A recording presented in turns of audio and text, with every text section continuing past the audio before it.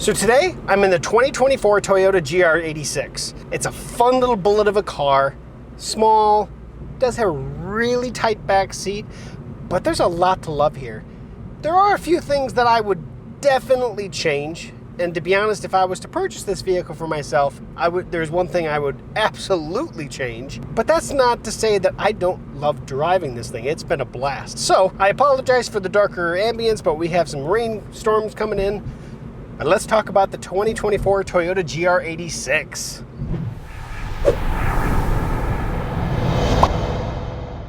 Okay, so here we are. This is the 2024 GR86 from Toyota. It is everything you kind of think of when you see a small little sport car like this. It reminds me a lot of the Miata, but to be honest, drives a little bit differently. It's a fun car to drive. Now the GR Supra, which I did a couple years ago, obviously the larger version, a little more power version of this guy, but for what it is, plenty of power at the size that this guy is. Perfectly situated for its size, perfectly power, looks really good in this red color. The Brembo brakes definitely they stand out, right? I love the large calipers there. It's just a really good looking car from the outside. It's amazing. So let's go on the inside. Okay, let's get in here. Driver's door, both windows are on here.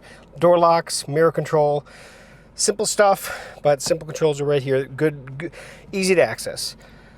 Driver information cluster, very basic. It's going to give you all the basic information that you need, everything you need to know. You do have the tachometer there around, and then the digital display of your speed. Some people might love that. Some people might miss the analog, but that is what it is. It works pretty good. I don't mind it at all. So nothing bad things to say about this. Steering wheel, basic controls, nothing too fancy here either. Pretty basic controls. You can change some things that you can see here, the G meter here, and we can see our certain things. Audio controls. I really like the old style cruise control stick down here that you just tap with your finger. I like those. I've always liked these. I wish that they would still use them, but that's me. I understand that not everybody likes. Some people like the push buttons here. I really like these. They work great and they're easy to hit, and they stay out of the controls from your standard controls here. That said, over here in the center in the entertainment area, I really do like the climate controls cluster. I think that's really solid. It's the entertainment controls and the radio in general. It looks like it's from 10, 12 years ago. And that, I think, is the biggest mistake that they've made in this vehicle. Now, I will say that if you're buying a GR86, you're not buying it because it has the fanciest radio and stuff in the industry. I understand that. But the one thing I really dislike, outside of the look, because it looks old, I actually showed this photo. I took a photo of the dash, showed it to several of my friends, asked them, what year do you think this vehicle's from? And all of them were more than 5, if not 10, 12 years ago. That's what everybody was telling me. And I said, no, this is a 2024. This does not look like a 2024 dash. That said, it is not a more modern electronically equipped vehicle. So that I will say that. But this is the area they need to change, in my opinion. Big changes they need to. 6-speed transmission here, so nice. The gear selection shifter works really good. Here's what the second part is. And so you can see here, I do have cup holders, but they're quite literally, and let me move around here, they're behind me. If I'm driving, they're behind, so they're not something that you're gonna be grabbing. Now, if you're driving a manual vehicle, you're not probably grabbing something to drink all the time, but this placement just feels weird. I really don't like it. And as well, that's where your elbow would sit while you're shifting. So this is just not a good placement here. Also, this does have CarPlay. It's wired CarPlay, and the USB port is right there. So it's not very well suited for this USB cable to come out, because you can close this if you have nothing in it, and then you have a padded armrest, because this is padded. But if you're going to use CarPlay at all, you're going to have to leave this open, which puts this less comfortable point into the being. And this is what I'm going to say. You have all this here. You could have easily put this USB port up here. That would have been way better. Secondly, these controls right here, they don't have to be right here. You have a whole nother row down here that you could put these controls in. You move your cup holders and everything up here, and now they're off to the side a little bit, and you'd still have a good access for this. But this whole center console, I think, needs to be rethought, because this is kind of a mess back here. And more than anything, it's because of the USB port. I understand putting these cup holders back here, I really do. But the USB port, that needs to be moved, because if you're going to use it, everything just gets in the way from a shifting perspective. It does have a glove box, nice deep glove box here, and then driver control in there. The rear seat, pretty much no leg room. You'd have to scoot the front seats up quite a bit. Reminds me a lot of my Mini Cooper. It's nothing to shake a stick at. I'm not even going to try to get back there, because you're going to have the seat so far forward for somebody in the back seat as an adult. This is for kids. This is more of an emergency back seat than a usable back seat. Lastly, in the trunk space, you actually have a decent sized trunk for the size of the vehicle. And I apologize if we're getting haziness, but it is super humid out because we got a big storm coming in, and it's been a very hot, humid day. So doing what I can with my cameras today, but one of them actually went down because it's just fogginess like crazy. So I'm using my phone's camera, but there it is. That's the trunk. So all in all, the interior is the side that they really need to work on. The outside, I would love to see something that's maybe a little more modern, but it looks great. I'll be honest, I really like the look of this car.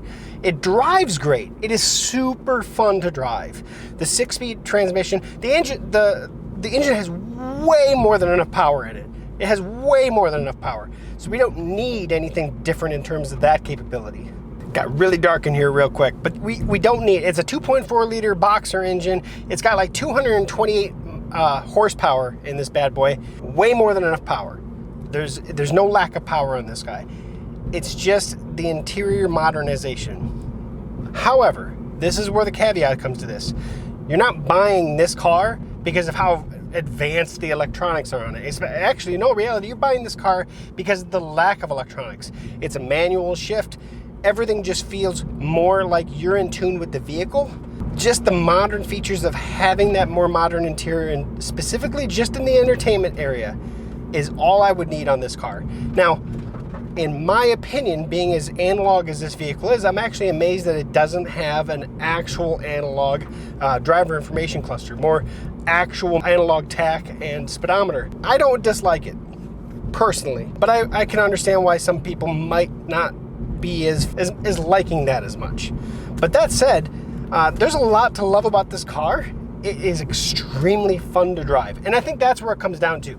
This vehicle, like I said before, reminded me a lot of the Miata for its size and capability, but I actually feel this has a little bit more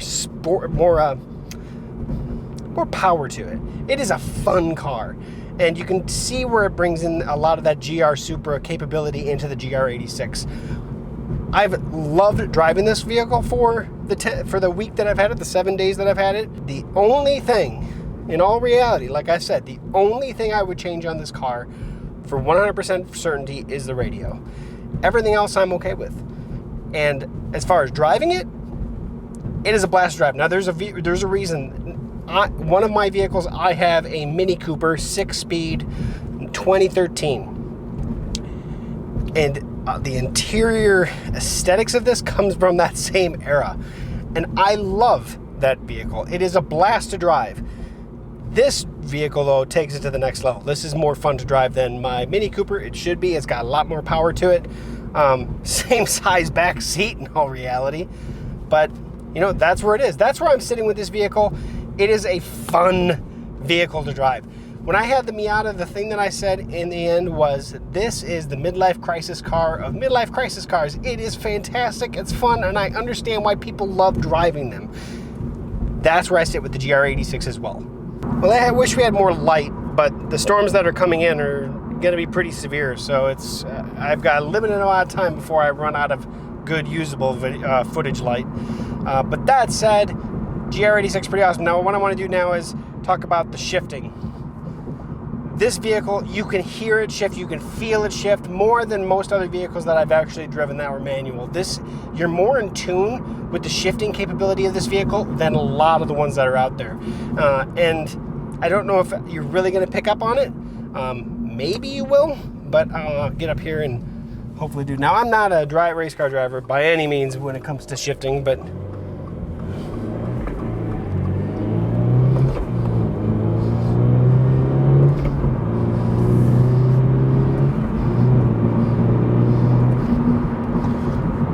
it is fun. So, you know, is it a 0 to 60 car in less than 5 seconds? No, it isn't. But it is fun, and because of the size of the car, just like any small cars, if you've ever ridden them, they just feel like you're going faster than you actually usually are, just because you're so close to the ground. Everything just feels good. So the GR86, solid car, incomplete interior.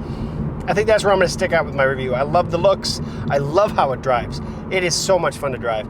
And if you're looking for a small car like this, maybe you're in the market for like the Miata type car, that small coupe, I would highly recommend, if you have a chance to drive one of these, do it, because it is fun. The audio system as well, one thing that's hard to really show on in a review, the audio system in this vehicle is actually pretty decent. So it's not the best vehicle I've ever reviewed, but it's definitely not the worst. It's actually pretty solid for what it is, and for where this comes in at price point, not bad. I did want to mention real quick fuel economy on this vehicle. It's rated at 22, so it's 20 in town, 26 highway. On average, I've been getting about 22, so it's right on the mark when it comes to actually the rated fuel economy of the vehicle. So for what it is, I mean, it's a sporty car. You're not going to get 35 miles a gallon with it. But at 22, it's a little more hungry on fuel than I would expect for a small vehicle. Then again, it's a sporty car.